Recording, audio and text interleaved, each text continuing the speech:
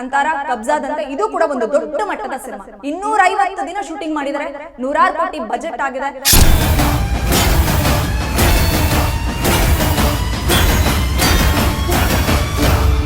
Cinema ಬರೀ starting 20 ನಿಮಿಷ ಸಾಕು ಮಾರ್ಟಿನ್ ಸಿನಿಮಾದ ಹಾಕಿದಂತ ಬಂಡವಾಳ ವಾಪಸ್ ಬರೋದಕ್ಕೆ ಮತ್ತೆ ಬಾಕ್ಸ್ ಆಫೀಸ್ ಕಲೆಕ್ಷನ್ ದೊಡ್ಡ ಮಟ್ಟದಲ್ಲಿ ಆಗೋದಕ್ಕೆ ಅನ್ನುವಂತ ಮಾತನ್ನ ಹೇಳಿದರೆ,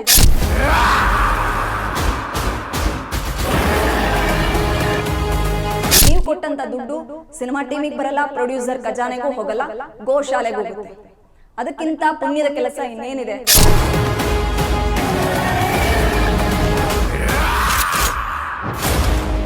ಆಕ್ಷನ್ ಪ್ರಿನ್ಸ್ ಧ್ರುವ ಸರ್ಜಾ ಅಭಿಮಾನಿಗಳು ಮತ್ತು ಸಿನಿಮಾ ಪ್ರೇಮಿಗಳೆಲ್ಲರೂ ಕೂಡ ಇವತ್ತು ಚಾತಕ ಪಕ್ಷಿ ಅಂತ ಕಾದು ಕುಳಿತಿದ್ರು ಅಂದ್ರೆ ಬಹುಶಃ ತಪ್ಪಾಗ್ಲಿಕ್ಕಿಲ್ಲ. ಯಾಕಂದ್ರೆ ಮಾರ್ಟಿನ್ ಸಿನಿಮಾ ಟೀಮ್ ಇವತ್ತು ಒಂದು ಬಿಗ್ ಬ್ರೇಕಿಂಗ್ ನ್ಯೂಸ್ ಅನ್ನ, ಒಂದು ದೊಡ್ಡ ಅಪ್ಡೇಟ್ ಅನ್ನ ಕೊಡ್ತೀವಿ ಅಂತ ಹೇಳಿದ್ರು.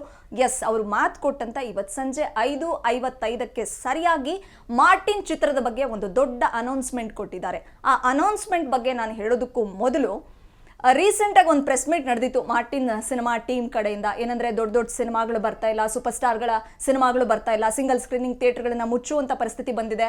ಸೊ ಒಂದ್ 2-3 ತಿಂಗಳು ಬಂದ್ ಮಾಡ್ಬಿಡ್ತೀವಿ, ಚಿತ್ರರಂಗ ನಡೆಸೋದಕ್ಕೆ ಆಗ್ತಾ ಇಲ್ಲ ಅನ್ನುವಂಥ ಸಂದರ್ಭದಲ್ಲಿ ಫಿಲ್ಮ್ ಚೇಂಬರ್ನಲ್ಲಿ ಒಂದು ದೊಡ್ಡ ಮೀಟಿಂಗ್ ಆಯಿತು. ಸೊ ಆ ಸಂದರ್ಭದಲ್ಲಿ ಸಿನಿಮಾ ರಂಗ ಬಂದ್ ಮಾಡೋದು ಬೇಡ, ಸಿಂಗಲ್ ಸ್ಕ್ರೀನಿಂಗ್ ಒಂದು ಕಲ್ಚರ್ ಏನಿದೆಯಲ್ಲ ಅದು ಅಳಿದು ಹೋಗೋದಕ್ಕೆ ನಾನು ಬಿಡೋದಿಲ್ಲ, ಸಿನಿಮಾನ ರಿಲೀಸ್ ಮಾಡ್ತೀವಿ ಅಂತ ಹೇಳಿಬಿಟ್ಟು ಮಾರ್ಟಿನ್ ಸಿನಿಮಾ ಟೀಮು ದಸರಾ ಹಬ್ಬಕ್ಕೆ ಸ್ಪೆಷಲ್ ಆಗಿ ನಾವು ತೆರೆಗೆ ಬರ್ತೀವಿ ಅನ್ನೋ ಕಾರಣಕ್ಕೆ ಅಕ್ಟೋಬರ್ 11ನೇ ತಾರೀಕು ತಮ್ಮ ಸಿನಿಮಾನ ಪ್ಯಾನ್ ಇಂಡಿಯಾ ತುಂಬೆಲ್ಲ ಅದ್ದೂರಿಯಾಗಿ ರಿಲೀಸ್ ಮಾಡ್ತೀವಿ ಅಂತ ಹೇಳಿ ಅಧಿಕೃತವಾಗಿ ಮಾರ್ಟಿನ್ ಚಿತ್ರದ ಒಂದು ರಿಲೀಸ್ ಡೇಟ್ನ ಘೋಷಣೆ ಮಾಡಿದ್ರು. ಅವತ್ತೊಂದು ಮಾತು ಹೇಳಿದ್ರು, ಇಲ್ಲಿವರೆಗೂ ಕೂಡ ನೀವು ಅಂದರೆ ಸಿನಿಮಾ ಟೀಮ್ ಸಿನಿಮಾ ಟೀಮ್ ಒಂದು ಪೋಸ್ಟರ್ ಬಿಡುತ್ತೆ, ಫಸ್ಟ್ ಲುಕ್ ತೋರಿಸ್ತಾರೆ, ದೆನ್ ಮೋಷನ್ ಪೋಸ್ಟರ್ ರಿಲೀಸ್ ಮಾಡ್ತಾರೆ, ಟೀಸರ್, ಟ್ರೈಲರ್, ಸಾಂಗ್ಸ್ ಹೀಗೆ 1 by 1 ರಿಲೀಸ್ ಮಾಡ್ತಾ ತಮ್ಮ ಸಿನಿಮಾದ ಬಗೆಗಿರ್ತಕ್ಕಂಥ ಕಾತುರವನ್ನ ಹೆಚ್ಚು ಮಾಡ್ತಾ ಸಿನಿಮಾ ಪ್ರೇಮಿಗಳನ್ನ ಒಂಟಿ ಕಾಲಲ್ಲಿ ನಿಲ್ಲುವಂತೆ ಮಾಡೋದು ಸಹಜ. ಬಟ್ ಮಾರ್ಟಿನ್ ಟೀಮ್ ಒಂದು ಮಾಸ್ಟರ್ ಪ್ಲಾನ್ ಅನ್ನ ಮಾಡ್ತು. ಏನಂದ್ರೆ ನಾವೊಂದು ಹೊಸದಾಗಿ ಏನಾದರೂ ಕೊಡಬೇಕು ಜನಕ್ಕೆ, ಇಲ್ಲಿವರೆಗೂ ನಾವೇನು ಅನ್ಕೊಂತೀವೋ ಅದನ್ನ ಕಂಟೆಂಟ್ನ ರಿಲೀಸ್ ಮಾಡಿಬಿಟ್ಟು ನಮ್ಮ ಸಿನಿಮಾ ನೋಡ್ಲಿಕ್ಕೆ ಫಸ್ಟ್ ಶೋ ಥಿಯೇಟ್ರಿಗೆ ಬನ್ನಿ ಅಂತ ಕರೆಯೋದಲ್ಲ.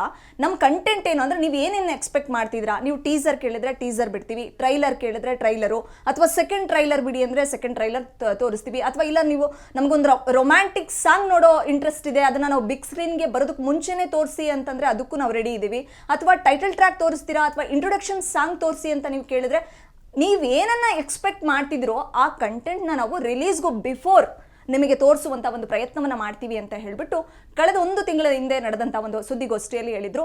ಅದರಂತೆ ಇವತ್ತು ಸಂಜೆ 5:55ಕ್ಕೆ ಒಂದು ದೊಡ್ಡ ಅನೌನ್ಸ್ಮೆಂಟ್ ಮಾಡಿದ್ದಾರೆ. ಏನಂದರೆ ಜುಲೈ 20 ಮತ್ತು 21ನೇ ತಾರೀಕು 2 ದಿನ ಒಂದು ಪೋಲಿಂಗ್ ಶುರು ಮಾಡಿದ್ದಾರೆ ಸೋಷಿಯಲ್ ಮೀಡಿಯಾದಲ್ಲಿ. ಅಂದರೆ ಆಡಿಯನ್ಸ್ ಏನನ್ನ ಎಕ್ಸ್ಪೆಕ್ಟ್ ಮಾಡ್ತಾರೆ, ಅವರು ಟೀಸರ್, ಟ್ರೈಲರ್, ಸಾಂಗ್ಸ್ ಅವ್ರು ಏನನ್ನು ಕೇಳ್ತಾರೆ, ಯಾವ ಕಂಟೆಂಟಿಗೆ ವೋಟಿಂಗ್ ಜಾಸ್ತಿ ಬರುತ್ತೆ, ಟೀಸರ್ಗೆ ಜಾಸ್ತಿ ಬಂದರೆ ಟೀಸರ್ ರಿಲೀಸ್ ಮಾಡ್ತಾರೆ, ಟ್ರೈಲರ್ಗೆ ಜಾಸ್ತಿ ವೋಟಿಂಗ್ ಬಂದರೆ ಟ್ರೈಲರ್ ಕೊಡ್ತಾರೆ, ಅಥವಾ ಸಾಂಗ್ಗೆ ರೊಮ್ಯಾಂಟಿಕ್ ಸಾಂಗ್ಗೆ ಜಾಸ್ತಿ ವೋಟ್ ಬಿದ್ದರೆ ಸೊ ರೊಮ್ಯಾಂಟಿಕ್ ಸಾಂಗ್ನ ರಿಲೀಸ್ ಮಾಡ್ತಾರೆ. ಈ ಥರದ್ದು ಒಂದು ವೋಟಿಂಗು ಜುಲೈ 20 ಮತ್ತು 21 ವೋಟಿಂಗ್ ಪೋಲ್ ಇರುತ್ತೆ. ನಿಮ್ಗೆ ಏನೇನು ಬೇಕಿದೆ, ನೀವೇನನ್ನ ನಿರೀಕ್ಷೆ ಮಾಡ್ತಿದ್ರೆ ಸೊ ನೀವು ವೋಟ್ ಹಾಕುವಂಥದ್ದು ಒಂದು ವೋಟಿಂಗ್ ಪೋಲಲ್ಲಿ ನೀವು ಮೆನ್ಷನ್ ಮಾಡಬೇಕಾಗತ್ತೆ.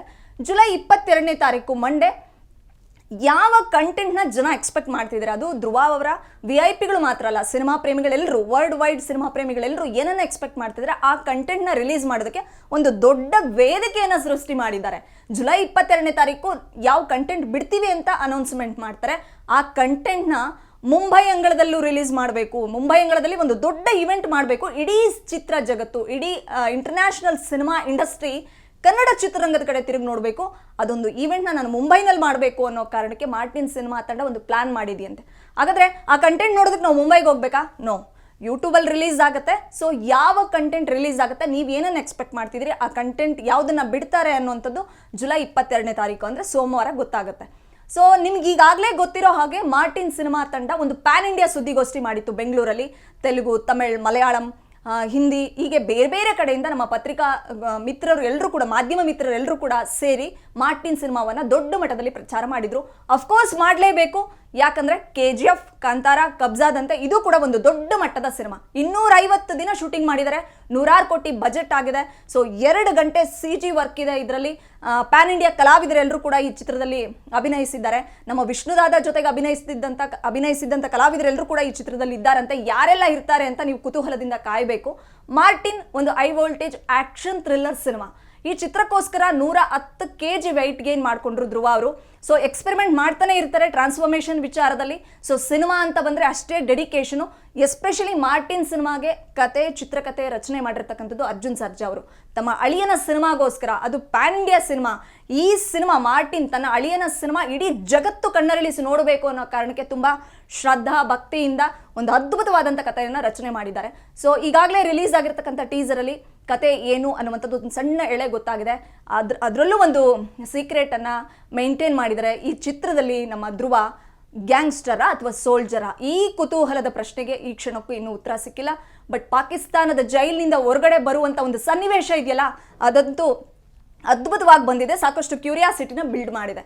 ಸೊ ಮಾರ್ಟಿನ್ ಬಗ್ಗೆ ಸಾಕಷ್ಟು ನಿರೀಕ್ಷೆ ಇದೆ. ಈಗಾಗಲೇ ನಮ್ಮ ರವಿ ಬಸರೂರ್ ಅವರು KGF ಸಂಗೀತ ಮಾಂತ್ರಿಕ ಹೇಳಿದಾಗೆ 20 ನಿಮಿಷದಲ್ಲೇ ಮಾರ್ಟಿನ್ ಸಿನಿಮಾಗೆ ಹಾಕಿದಂಥ ಬಂಡವಾಳ ವಾಪಸ್ ಆಗುತ್ತೆ. ಸಿನಿಮಾ ಬರೀ ಸ್ಟಾರ್ಟಿಂಗ್ 20 ನಿಮಿಷ ಸಾಕು ಮಾರ್ಟಿನ್ ಸಿನಿಮಾದ ಹಾಕಿದಂಥ ಬಂಡವಾಳ ವಾಪಸ್ ಬರೋದಕ್ಕೆ, ಮತ್ತೆ ಬಾಕ್ಸ್ ಆಫೀಸ್ ಕಲೆಕ್ಷನ್ ದೊಡ್ಡ ಮಟ್ಟದಲ್ಲಿ ಆಗೋದಕ್ಕೆ ಅನ್ನುವಂಥ ಮಾತನ್ನು ಹೇಳಿದ್ದಾರೆ. ರವಿ ಬಸರೂರ್ ಮತ್ತು ಮಣಿ ಶರ್ಮಾ ಅವರು ಮ್ಯೂಸಿಕ್ ಮಾಡಿದ್ದಾರೆ. ಇಬ್ಬರು ಸೇರಿಕೊಂಡು ಬ್ಯಾಕ್ಗ್ರೌಂಡ್ ಮ್ಯೂಸಿಕ್ ಮಾಡಿರ್ತಕ್ಕಂಥದ್ದು. ರಾಮ್ ಲಕ್ಷ್ಮಣ್ ಇಡೀ ಸೌತ್ ಸಿನಿಮಾ ಇಂಡಸ್ಟ್ರಿಯಲ್ಲಿ ಮತ್ತು ನಾರ್ತ್ ಸಿನಿಮಾ ಇಂಡಸ್ಟ್ರಿಯಲ್ಲಿ ಆ್ಯಕ್ಷನ್ ಕೊರಿಯೋಗ್ರಫಿಯನ್ನು ಮಾಡಿ ದೊಡ್ಡ ಮಟ್ಟದ ಒಂದು ಹೆಸರನ್ನು ಪ್ರಖ್ಯಾತಿಯನ್ನು ಗಳಿಸಿದಂಥವರು ಈಗ ಮಾರ್ಟಿನ್ ಸಿನಿಮಾ ಕೆಲಸ ಮಾಡಿದ್ದಾರೆ. ಧ್ರುವ ಸಾಕಷ್ಟು ಜನ ಬಾಡಿ ಬಿಲ್ಡರ್ಗಳ ಜೊತೆ ಹೊಡೆದಾಡಿದ್ದಾರೆ.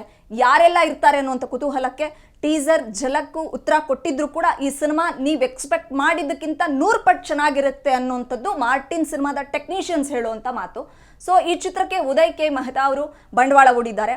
ಅದ್ದೂರಿ ಸಿನಿಮಾ ಆದಮೇಲೆ AP ಅರ್ಜುನ್ ಮತ್ತೆ ಧ್ರುವ ಅವರ ಕಾಂಬಿನೇಷನ್ ಜೊತೆಯಾಗಿರೋದ್ರಿಂದ ಈ ಚಿತ್ರದ ಮೇಲೆ ಸಾಕಷ್ಟು ನಿರೀಕ್ಷೆ ಇದೆ.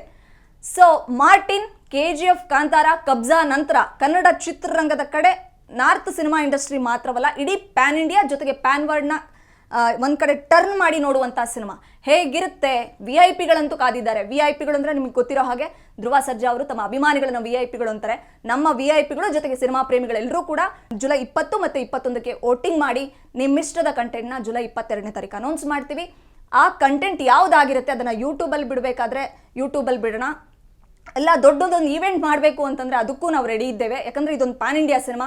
ಹೈದರಾಬಾದ್, ಕೇರಳ, ತಮಿಳುನಾಡು, ಮುಂಬೈ ಈ ಕಡೆ ಅಂದರೆ ತುಂಬ ದೇಶದ ನಾನಾ ಭಾಗಗಳಲ್ಲಿ ದೊಡ್ಡ ಮಟ್ಟದಲ್ಲಿ ಪ್ರಚಾರ ಮಾಡೋದಕ್ಕೆ ಎಲ್ಲರೂ ಕೂಡ ಸಜ್ಜಾಗಿದ್ದಾರೆ.